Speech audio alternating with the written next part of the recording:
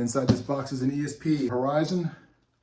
I want to thank Josh at Guitars to be Played in Nashville. So let's tear into this bad boy with Mr. X-Acto knife and of course the ubiquitous black tarp. Try to get this out safely without kabonging anything else in the room.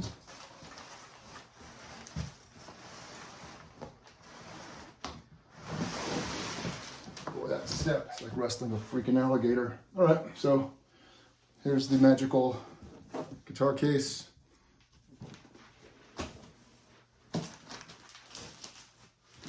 So, drum roll, please. Oh, it's a white bag. More paper, aka thoughtfulness. Here is the inside soft bag, and trying to do this somewhat patiently. Part of me wants to just rip this like a kid on Christmas morning.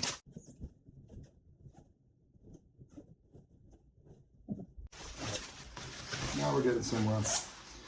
Okay, so first look, this is a Horizon in that cool paint that changes color. And they call this Andromeda, I think Andromeda II now. Way back in the day when I was an ESP dealer at Pink Guitars, we used to sell ESP, and this paint was available on some of the Horizon series guitars.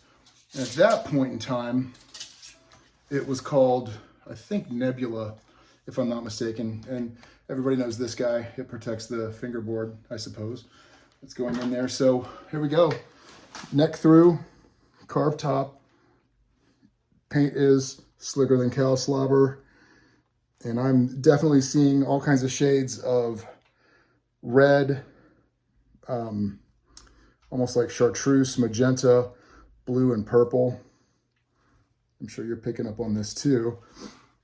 Got those offset block inlays. By the way, those are abalone.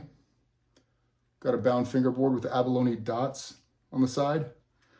Neck through construction. Neck is finished the same color as well. And ESP has a nice, cool sticker now on the volute, we call that. And locking tuning machines, which is cool.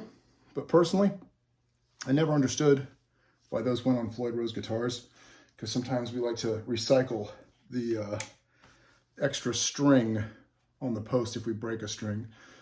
So aesthetically, home run. These knobs are recessed in these roundover routes, as is the three-way. And the knobs themselves are actually kind of abbreviated in height. So they're little guys, and ain't they cute?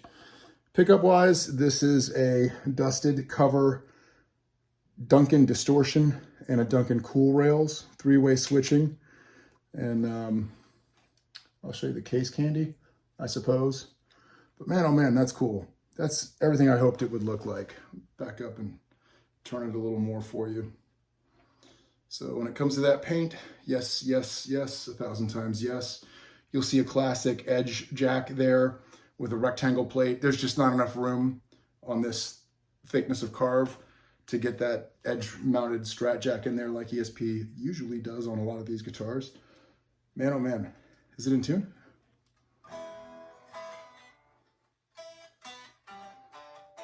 More or less. Tell you a funny story is I was tracking this on UPS and we were about to walk Lola, our 55-pound pit bull who's 10. And the UPS guy was right down the street. So I didn't want to miss this because there was no signature required on the shipment. And I actually drove down the block and met the driver at the truck and threw this in the RAV and came back with it. And it's actually been sitting upstairs for probably about 4 hours until I got a chance to open it. Looks great. Josh, if you're watching, brother, thank you. I will definitely do a full demo of this soon. And case candy, silica gel, do not eat. And we have Careful.